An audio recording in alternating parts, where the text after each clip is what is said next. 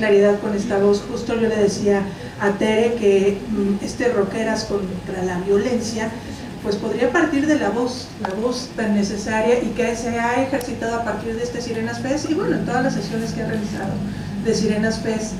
Tere Estrada, esta es la 6ª edición y creo que es muy necesario hablarlo a partir de quienes tienen estas experiencias. Justo también lo comentábamos antes de iniciar, que más que una zona de vamos a quejarnos y vamos a depositar en todos ustedes que están aquí en este foro todos nuestros traumas y todo lo que nos ha sucedido por ser mujeres dentro de la música desde diferentes perspectivas, pues platicarlo, pues qué hemos hecho para precisamente fortalecer nuestra voz. Entonces tenemos a Tere Estrada, autora de Sirenas al Ataque, socióloga, gestora cultural, creadora de múltiples proyectos, pues bueno, uno de ellos, Sirenas al Ataque y Sirenas Fest. Tenemos a Caro Antón, que es ingeniera de audio, pero también es representante de Sound Girls, que es uno de esos proyectos que está cambiando también la perspectiva, porque siempre pensamos en el escenario y se nos olvida de todas las personas que están alrededor y que también, pues la ausencia de mujeres en el escenario, pues también se refleja atrás, también se refleja en los medios, ¿no? Tenemos a Bruneta Buendía, que también ha trabajado como gestora, también es manager y también tiene muchos otros proyectos que precisamente buscan colocar estas voces en los escenarios, pero también detrás de los escenarios. Y Jessie Bulbo, que si no la conocen, pues ¿dónde han estado en los últimos 15 años de su historia? Recomendamos una serie de discos y una serie de canciones que inmediatamente tienen que escuchar, y sobre todo con un posicionamiento muy claro de una voz que siempre ha sido, yo creo que es muy característica, ¿no? Siempre pensamos en ti y esta voz que suena infantil, pero diciendo cosas bien fuertes, sin miedo. Y pues nos da muchísimo gusto que vengan y que puedan platicar al final con nosotras, porque también ese es el objetivo, ¿no? Que creemos un diálogo a partir de nuestras experiencias y que pues ustedes nos retribuyan y pues hagamos este diálogo en dos partes. Les decía, a mí me interesa mucho también que platiquemos desde la voz y pues me gustaría platicar sobre estas cosas, ¿no? Tantas palabras que siempre están relacionadas con nosotras en la música: credibilidad, negación de espacios para educarnos, para capacitarnos, la validación, las etiquetas de caducidad. Creo que ya todas pasamos de la etiqueta de caducidad y miren, seguimos muy bien. Entonces, quiere decir que podemos romper esa etiqueta. La ruptura del canon, ¿no? Los géneros que nos dicen que nosotras no podemos estar, es más, presentarnos como rockeras ya incluso es algo que rompe muchas cosas, ¿no? Se nos ha negado el nombre desde siempre. Entonces, hablar también de estos espacios que dicen que no son para mujeres, espacios también donde nos dicen que pues no tenemos constancia, pero no han pensado en toda la serie de cosas que vivimos precisamente para que nuestra constancia no sea al mismo nivel que la de los hombres, o que más bien sea por otra ruta, ¿no? Y pues pensar en muchos conceptos, estos prejuicios y los filtros que giran alrededor de las mujeres en la música. Y pues me gustaría empezar, ¿no? Por esta idea, esto que tanto nos gusta, pero que también es donde encontramos violencia, y que a partir de la expresión artística pues luchamos contra esta violencia estructural, simbólica, económica, política, invisibilización. En realidad podríamos poner una serie de cosas que nos podrían poner a llorar, pero no es el objetivo, ¿no? ¿Cómo fue su ingreso en la música? Y cuando ingresaron, ¿qué se encontraron? ¿Y en qué momento descubrieron que eran mujeres en la música? Porque creo que también es una parte importante. Charlotte Carpenter, que tiene un sello que se llama Baby Woman, dice que ella había hecho todo lo que tenía que hacer, ¿no? Hizo su chamba de marketing, habló con las personas adecuadas, pero en un momento dijo, es que soy mujer en la música. Y entonces su mundo cambió y su concepción de lo que estaba haciendo pues cambió a partir de eso. No se había dado cuenta que era una mujer en la música. Eso nos damos cuenta hasta que llegamos. Pues por ahí empecemos. ¿Cómo fue su ingreso en la música y cuándo se dieron cuenta que eran mujeres en la música? ¿Quién quiere empezar? No, pues yo por ahí empecé, porque tenía un novio que oía mucho garage, y una de las cosas que me llamó la atención de ese género es que había varias bandas de puras chavas, entre ellas de Pandoras, era mi favorita, que es una banda de Los Ángeles, que lo que más me gustaba era que yo las oía y decía, güey, qué mal tocan. O sea, lo hacen como, no, cero virtuoso, cero, o sea, cero les importaba si estaba bien o mal, o sea, y se oía increíble. Yo decía, órale, qué loco, como que no hay que saber tocar, no hay que impresionar a nadie, nada más hay que estar padre y ya. Y o sea, eso me impresionaba mucho cuando conocí a las que después fueron mis compañeras en las ultrasónicas, como que dije, pues órale, estas chavas están bien padres y tocan, ¿no? Pues hagámoslo X. Y yo, o sea, por ahí empecé, yo empecé como pensando, pues las chavas, o sea, juntas hacen una cosa que los vatos no sé por qué, pero no lo hacen, ¿no? O sea, supongo que había muchas bandas de chavos haciendo más o menos lo mismo, pero a mí me sonaba diferente, para mí se veía diferente y significaba completamente otra cosa. Entonces cuando entré yo ya tenía esa onda.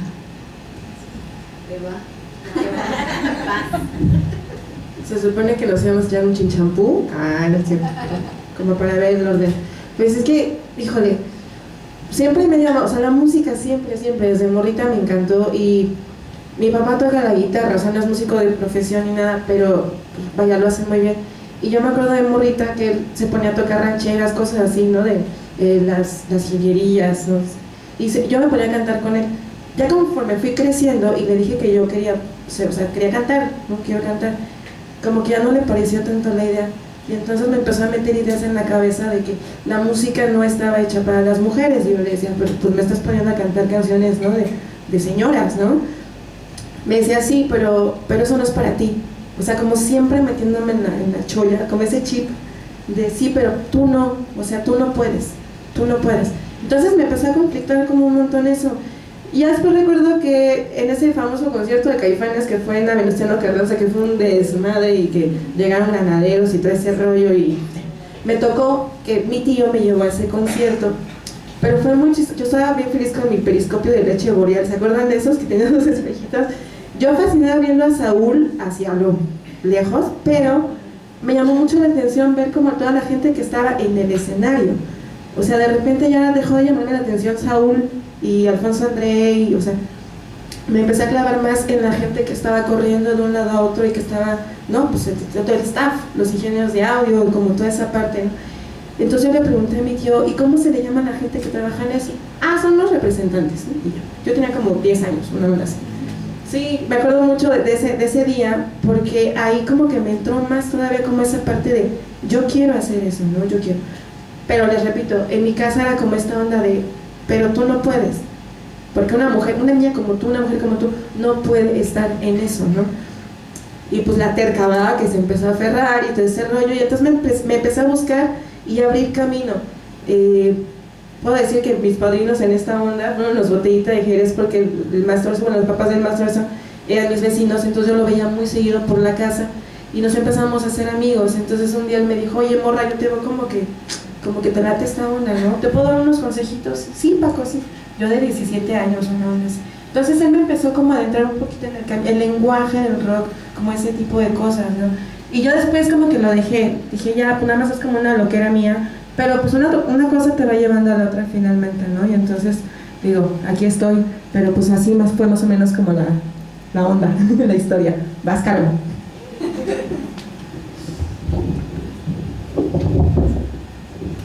Esto de estar de este lado no es lo mío, pero bueno. Siempre estoy escondida. Pues nada, no, la verdad es que no tengo idea cómo llegué. O sea, no sé ni cómo fue. No sé qué hago aquí. Mucho. No, o sea, siempre me gustó muchísimo la música. Siempre fui fan de, pues obvio, pero pues no creo que a todo el mundo, ¿no? O sea, como que siempre estamos pues involucrados, que los hermanos mayores, que los papás, que tal. Pero como, o sea, yo no me imaginaba, o sea, vivir de la música, nunca. Yo empecé como baterista, entonces, y siempre me caractericé por hacer cosas en general que pocas mujeres lo hacen, como por ejemplo tocar la batería, o como ser ingeniera de sonido. Entonces, o sea, como mi idea siempre fue como educarme y prepararme. Afortunadamente tuve el apoyo de mi mamá, que platicábamos o sea, como aquí afuera, que justamente tras bambalinas, sí, justo la importancia de las madres, ¿no? Que cuando están, yo me acuerdo que yo empecé a tocar la batería en bares de jazz, yo empecé a tocar jazz, me encanta el jazz, y luego fui metalera, y luego fui popera, y luego, bueno, tuve 1000 facetas, siempre tocando la batería. y nunca me imaginé estar detrás de los escenarios y mucho menos manejar, pues bueno, como ingeniera de sonido. Lo que sí siempre hice fue apoyar a las mujeres, o sea, desde muy chiquita siempre tuve como esa empatía de que de alguna manera sentía la necesidad de apoyar y de sumar como mujer a otra mujer. Sí, inconscientemente, o sea, nunca fue como consciente, siempre fue como de vamos a juntarnos, vamos a sumar, vamos a crecer, vamos a hacer cosas juntas. Entonces, pues bueno, empecé como baterista. Mi mamá me llevaba así a los bares a los 15 años, que no me dejaban entrar porque era menor de edad. Toqué con Laura Vázquez, que es la tecladista de Fito Páez, ahí fue donde mi primera banda, y mi mamá y me esperaba afuera, ¿no? Como de, pues a ver, ¿a qué sale mi hija? Y yo así de, oye, ¿a dónde vas? Y yo, sí, pues soy la baterista. Sí, en serio, soy baterista en 15 años, pásale. Y sí, ay, no, amo a mi mamá y esa época. Y pues bueno, poco a poco fui como conociendo un poco más la música. Después me interesaba mucho saber como el sonido, me llamaba muchísimo la atención. Entonces dije, bueno, tengo que estudiar armonía, tengo que estudiar piano, tengo que entender la música, y de ahí surgió que me metí a estudiar en la Escuela Nacional de Música. Siempre quise como irme al extranjero, pero pues no, o sea, es muy caro y demás, entonces lo hice. Yo soy como solita, me eduqué con maestros de la Escuela Superior de Música. Entonces bueno, todo mi camino en realidad era como para ser músico, siempre. Y en algún momento también tengo como otra faceta, me fui de México un tiempo, y cuando regresé, pues dejé mi banda. Yo tenía mi banda que era una cosa rarísima, porque era así entre metal, soprano, mi vocalista era soprano, mi bajista era de progresivo, y yo en batería, no haciendo según coros, pero bueno, no canto nada bien. Entonces bueno, se desintegró todo eso, regreso otra vez a México, y ahí es donde digo, bueno, necesito encontrar a más músicos, y mi idea todavía era música, y ahí fue donde me di cuenta, dije, mi camino es la música, mi camino es entender y sumar, y eran aparte con puras mujeres, ¿no? O sea, como que, no, insisto, no tenía conciencia de eso.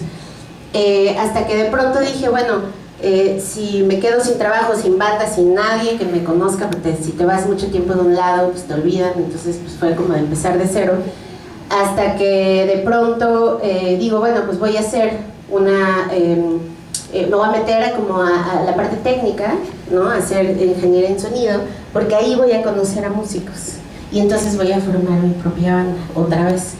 Y de ahí dije, bye. Y tampoco entiendo cómo terminé ahí, o sea, todo fue así como muy, spoiler, así sigo aquí, ¿no?